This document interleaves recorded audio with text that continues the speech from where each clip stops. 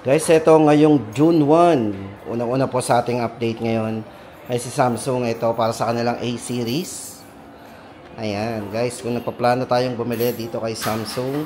Ito guys, andito tayo sa kanilang multi-brand store. Dito tayo kay Pressnet. Ayan, sa mga gusto mag-avail po, same naman po yung presyo guys pagdating sa mga unit ni Samsung. Mapapunta tayo sa multi-brand or doon sa kanilang concept store. Guys, ito yung mga i-update natin sa inyo. Ang kanilang A26 5G.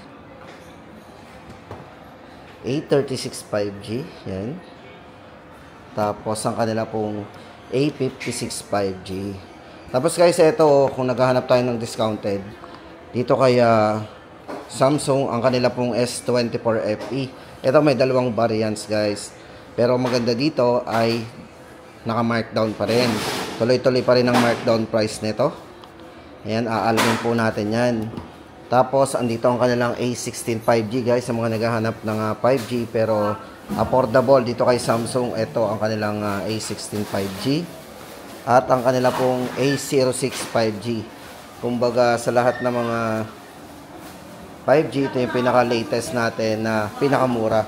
So, yan, pinaka-affordable na 5G ang kanilang A06 5G.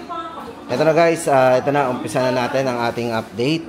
At ito, bago tayo sa presyo, ay bigyan ko muna kayo ng idea o quick review pagdating sa mga specs nito, kung ito ang ating gustong bilhin.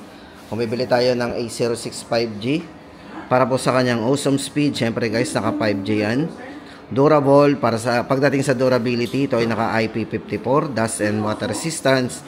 At ang refresh rate nga pala guys ng screen nito is naka 90Hz po, para sa kanyang smooth display. Size ng screen, naka 6.7 inches, high definition plus PLS display. 5,000 mAh battery at naka 25 watts fast charging na din. MediaTek Dimensity 6300 nga pala guys ang ginamit na chipset dito. Yan, para sa rear camera nito, ito ay naka 50 megapixel po. At meron siyang 2MP pagdating sa depth camera. Front camera nito is 8 megapixel. Ayan po. Tapos guys, ito maganda dito sa kanilang A06 5G. Ito ay merong 4-year security updates. Yan, meron siyang 4-year security patch at meron siyang 4 times OS updates. 4 na beses po yung updates ng OS nito. Yan, para sa presyo guys nito, naka 4GB RAM 128, 7,990. Naka 5G na po tayo guys dito kay Samsung A06 5G. Tapos guys, andito ang kanilang ito guys, ang kanilang mga A16 5G. Ito pong hawak natin na variants. Ito po ay naka 8GB RAM, 256GB. Yan, para po sa ating presyo guys, ito ay ayan, unahin natin ang presyo na to, 13,990. Ito, bigyan ko po kayo ng idea sa mga specification nito. Size ng screen, naka 6.7 inches din, full high definition plus display. Ito guys, medyo mataas ang kanyang display so ito ay naka Super AMOLED display. So napakabibid na rin ang display nito. Yan, Infinity U 90Hz refresh rate po ang kanyang screen, refresh rate. Yan, yung design po nito naka Infinity U. Then naka MediaTek Dimensity 6300, 6 nanometer ang ginamit pong processor nito. Pagdating sa kanyang rear camera, ito ay merong 50 megapixel po para sa kanyang rear camera. Yan. Then guys, ito may wide angle din ang kanyang rear camera.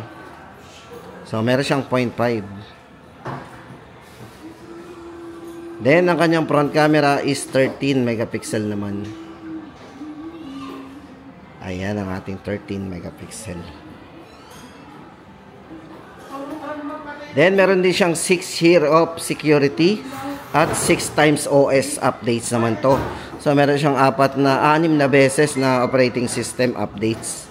Yan, para po sa presyo ng kanilang 8GB RAM, 256GB, A16 5G, 13,990. Guys, ang ganda ito, naka-glass back design. Tapos guys, ito na, punta na tayo sa kanilang discounted, ang kanilang Galaxy S24 FE. O yan guys, Fan Edition. Ito yung kanilang Fan Edition. Check po natin ang design, no? Para kayo naka-flagship dito. Ito guys, napaka-flat, naka-box type. Ito guys, para sa dalawang variants po nito, ito ay merong 8GB RAM, 256GB at 8GB RAM 128. Para po sa presyo guys nito, 32,990 na lang po ang 128 nito. At ang 256 na variant naman ay 36,990 na lang.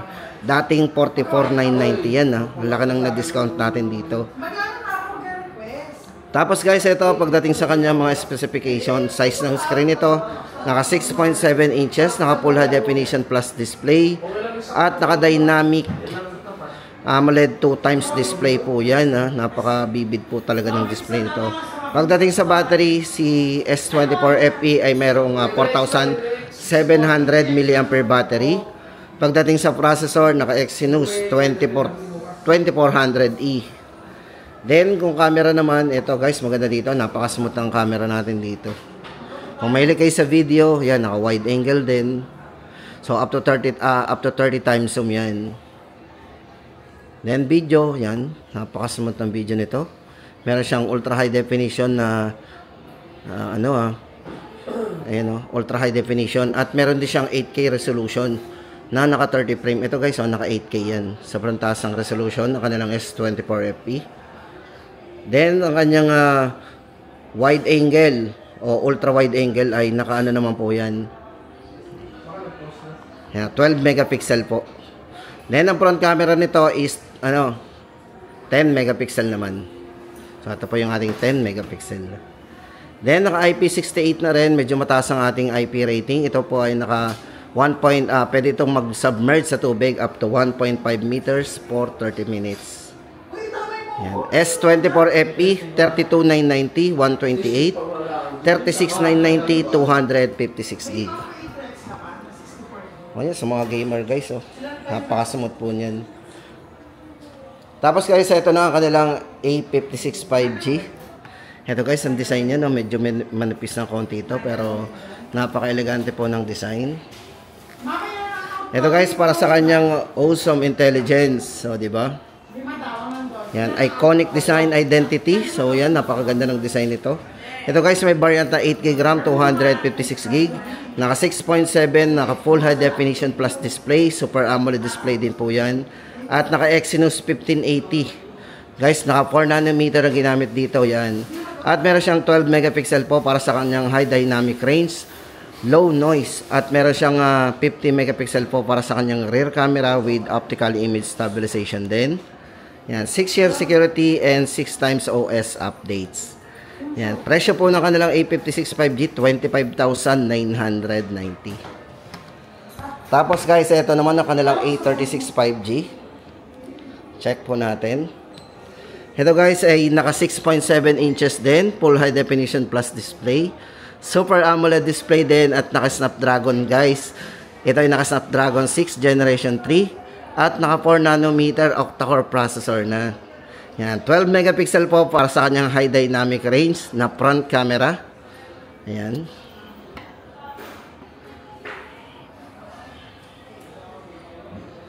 At ito guys, meron ding 6-year security updates at 6x OS updates. Presyo po ng 8GB 256 po, 21,990. At syempre guys, ang last sa ating A series, ang kanilang A26 5G. Ito guys, may dalawang variants ang kanilang A26 5G. Isang 8GB RAM 256, ito po ay 17,990. At 15,990 naman ang 6GB RAM 128. Guys, ang ganda ng design nito. Check natin. Tapos guys, ito naka 6.7 inches full high definition plus display. At naka super AMOLED na rin to. Infinity U display po ang design yan. Sa battery, meron siyang 5,000 mAh battery. At naka 25 watts fast charging na din. Ang kanyang pong chipset, naka Exynos 1380. Kung camera naman, ito napaka-smooth ng camera nito kasi ito ay merong 50 megapixel po para sa kanyang main camera with optical image stabilization din. So napaka-smooth din po ng video natin dito. Naka wide angle din, yan, naka ultra wide. At meron din siyang 6-year security and 6x OS updates. Price mo natin 17,990, 8,256 at 15,990, 6GB RAM 128. At yan guys, ang ating latest update ngayong June 1, 2025 kay Samsung.